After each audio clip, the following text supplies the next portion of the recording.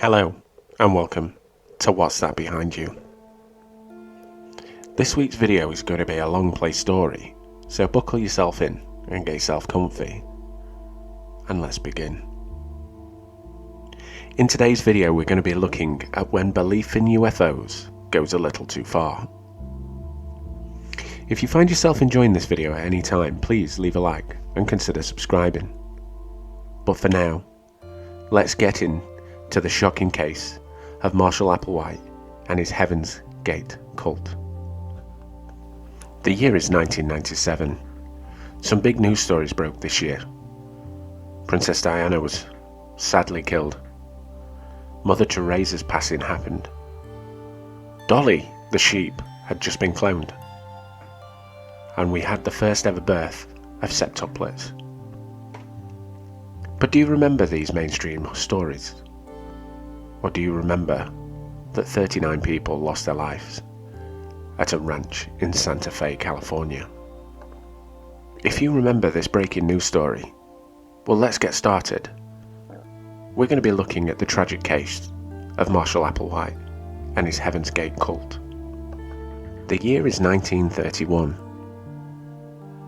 It's a nearly summer's day in May when the Applewhites, Marshall Applewhite Sr. and his wife Louise, welcomed a boy into their loving family. This was the day that Marshall Herf Applewhite Jr. was born. He was followed by 3 siblings, a loving family surrounded by love and care. His father, the Presbyterian minister of the local church. His mother, a homely housekeeper. Applewhite followed in his father's steps as he got a little older. He became very religious as a child. Could this be one of the many reasons for his leader-like persona a little later in life? We do know there is a fine line between religion and cult. Growing up and going through school, Marshall was what was described as a normal child, gifted in music and the arts, enjoying handa and many other styles of music along the way. His music passions would shape the way of his future.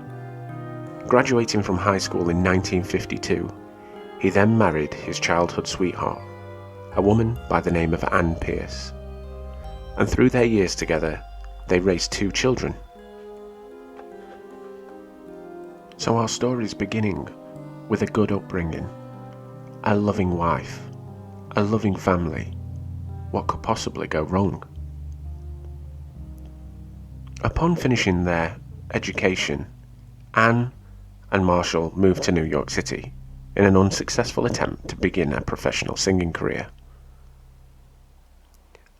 The moment this turned unsuccessful, he took up a position at the University of Alabama.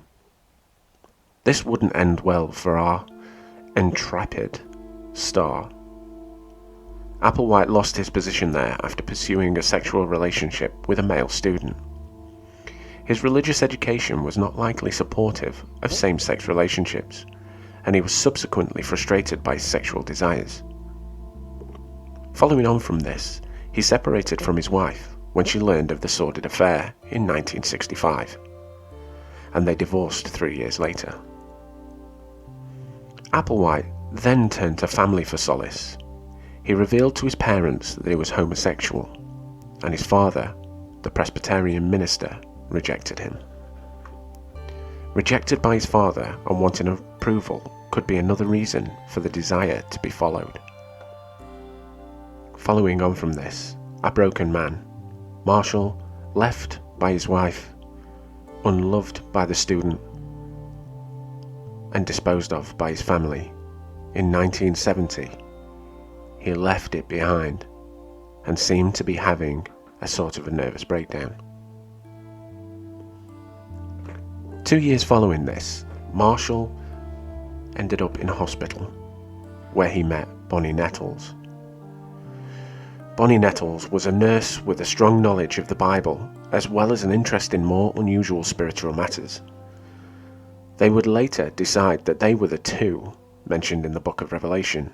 Bonnie adored the stories that came from the Bible, and that they were on an important spiritual mission Applewhite and Nettles spent months on the road. They took their beliefs and wandered around the country, believing that their higher calling allowed them to ignore earthly laws. The pair was a 1970s Bonnie and Clyde. They were arrested, of all things in 1974, for credit card fraud, but those charges were subsequently dropped. But Applewhite had to answer for another crime: the theft of a rental car. He and Bonnie had rented one in St. Louis and never returned it. Applewhite was sentenced to 6 months in prison. During his confinement, he began writing letters to and from Bonnie.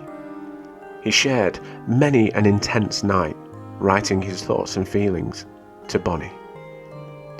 They thought they had come from what they termed the level above human, a physical and literal version of heaven in outer space, and were sent to help others reach this next level. To them, the human body was just a vehicle, and that to ascend from this world, people had to separate themselves from all that was human, including their earthly needs and desires. They believed a UFO would take them back soon to the next level after completing their mission. The Broken Man and his Muse. Applewhite was on his knees at the bottom of the barrel before he met Bonnie, and Bonnie seems to be the catalyst that started the whole journey. The beliefs Marshall had already were exasperated by Bonnie and her beliefs in the Book of Revelations, and that they were dough and tea that the book spoke about. Wanting to share their knowledge with others, Applewhite and Nettles began travelling again after Applewhite had been released from prison. Applewhite did most of the talking during the informational sessions they held, while he relied on her strength and spiritual wisdom. People became interested in them, and they started to develop a following. In 1975, they attracted around 20 new followers after a meeting in Oregon. This also caught the attention of the national news. Applewhite and his small band of followers was now beginning to gather a bit of momentum. But what was their beliefs and rules for the newly established cult? Throughout many of the letters between Bonnie and Applewhite while he was in prison, they had written, along with the Book of Revelations' already stellar guidelines, they had written the establishment to reach the higher power. To join the group, members had to cut ties with their past, separate from their material possessions, and cut all contact with family, friends, and acquaintances. They also had to agree to completely submit to the rules established by Applewhite and Nettles. According to the teachings of tea and dough, names assumed by Nettles and Applewhite, the members had to be flexible, which was seen as synonymous with being compliant, enabling them to control their personalities and bodies and become distant from others. Members thought themselves as students and had to share their daily lives with a partner who could monitor their actions. Complete immersion in the group's routine was required to be considered a good member. Knowledge of the various purification processes ensured that members would be ready when the spaceship arrived, since the exact time was not known. Members always had to be in a state of purity. Following on from this level of purity, it was forbidden to have any friends in the group. If members wanted to be accepted into the higher level of being, they were expected to show no human feelings. Their daily lives were devoted entirely to abandoning their human habits in order to attain a level of purity necessary to be accepted by the extraterrestrials. Thus, the idea of departing for a better place was a notion that existed right from the inception of the group. The following years were easy for Applewhite and his followers. This was until one day, Bonnie Nettles passed away. She passed away due to cancer. Now this changed the ruling for Heaven's Gate Goalposts had to be changed in order for this to still be believable. According to Heaven's Gate, once the individual has perfected himself through the process, there were 4 methods to enter or graduate to the next level. Breaking these down, there was physical pickup from a spaceship that taken you in, a UFO version of the rapture. Number 2 was natural death. This was one that didn't involve in the original rulings, only once Bonnie had passed. So natural death, accidental death, or death from random violence will be classed as graduating soul, leaving the human container for a perfected next level body. Another thing that Marshall put into play was number 3, and that was outside persecution that leads to death. Knowing full well that at some point police or officials would be entering the ranch, if they'd have killed anyone, you'd have still been taken up. And number 4 was the willful exit from the body in a dignified manner. Near the end, Applewhite had a revelation that they might have to abandon their human bodies and achieve the next level as Jesus had done. This occurred on March the 22nd and 23rd, when 39 members died by suicide and graduated. The day was March 26th, 1997, 3 days after the fateful evening. Hale-Bopp comet was passing through the night skies. The San Diego Sheriff's Department received an anonymous tip from a former member of the cult. Over the past couple of weeks, he had received videotapes in the mail telling him by the time he watched the tapes, the group would have moved on. Retired Captain Don Christ was the department's public information officer at the time. He remembers driving to the scene. In a quote, he said, "I'm approaching the area. I see a glow in the distance, and I thought, that's odd. Odd because it would be dark, given there's a lot of distance between the homes on the ranch. I come over the hill, and every news truck in the world is already there. That includes crews from Germany and Japan in town to cover the Oscars." 39 people had committed mass suicide inside the mansion on the ranch. Each member passed in exactly the same way.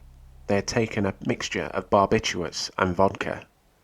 Each was dressed in a jogging suit, wearing black Nike running shoes.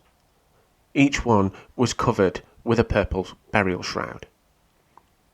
A website described their beliefs, the ones that we've already been over, that they would be transported to this better place. A video showing Marshall Applewhite stating they're about to leave and they're excited about leaving. A member is also seen on the video saying, "I can't hardly wait and I'm ready to go." A former cult member, Amanda Johnson, also said, "Yes, I knew many of those people, most of them intimately, and loved them dearly. I had a lot of respect for them. I was sad for their families." She also said at age 19 she signed on for what she was called the program, then called the classroom, for a journey of transformation. She left the cult 17 years later, 7 years before the suicides. She stated in a quote, "I left when they started talking about different ways of making transition, and different willingness and different levels of willingness to do whatever it takes to make the transition to the next level." In all, 21 women and 18 men between the age of 26 and 72 died. A family member stated, "No way Gail would have taken her own life if she wasn't in that state of brainwashed state." The deaths left behind grieving and incredulous family members, a stunned community, and captured the attention of the world, heightened when the media were given unusual access to the videos, which I shall play for you now. Classroom, or in old language a couple thousand years ago, disciples, those who are trying to prepare themselves for entry into the evolutionary level above human, synonymous with the kingdom of God, the kingdom of heaven. We're going to talk to you about the most urgent thing that is on our mind, and what we suspect is the most urgent thing on the minds of those who will connect with us. We'll title this tape Planet Earth About to be Recycled. Your only chance to evacuate is to leave with us. Planet Earth about to be recycled. Your only chance to survive or evacuate is to leave with us. Now, that's a pretty major statement, pretty bold in terms of religion, in terms of anybody's intelligent thinking. To most people who would consider themselves intelligent beings, they'd say, well, that's absurd. What's all this doomsday stuff? What's all this prophetic stuff? The former Army paratrooper. I just want to say how thankful I am to Doe and T for helping me and taking me under their wing, and all my classmates have been so great to me and all the problems I've caused. The youngest member of the group, age 25. The oldest at 71, a mother of 3. My thoughts in these last hours are only of joy and wonder at the thought of going home. Why am I here? What is the meaning of life? Since I've been in the class, I've learned the answers to all of those. And couldn't be happier about what we're about to do.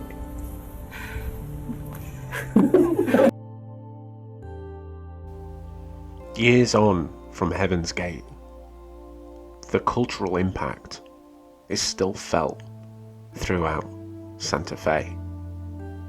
The mansion is no longer there, it was demolished, and even the street name was changed to stop people from visiting. Years later, and still, nothing makes more sense now than it did back then. All we can do is look into the life of Marshall Applewhite and try and find our own way into why someone would lead 39 people to their death. From the story that I have told you, there is no defining factors, only what we can gather through interpretation. Don Chris finally said, "We felt, well, you could describe this all you want, but actually pictures are worth 1,000 words. And when people saw what they saw, they believed what we were telling them." Many people didn't believe that Marshall Applewhite and Bonnie Nettles could be devoted to so much death. But they were. I suppose this is one of them moments where we will give anything to sit with Applewhite and Nettles and ask them why.